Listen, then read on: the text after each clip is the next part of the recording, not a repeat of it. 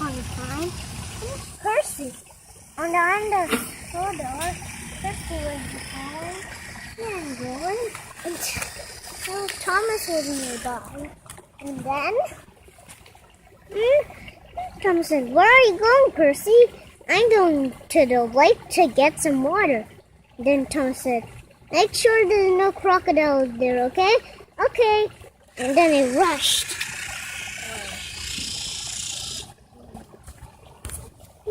It's always stuck. Then Percy did see crocodiles. He quickly rushed away. And then Percy was rushing away.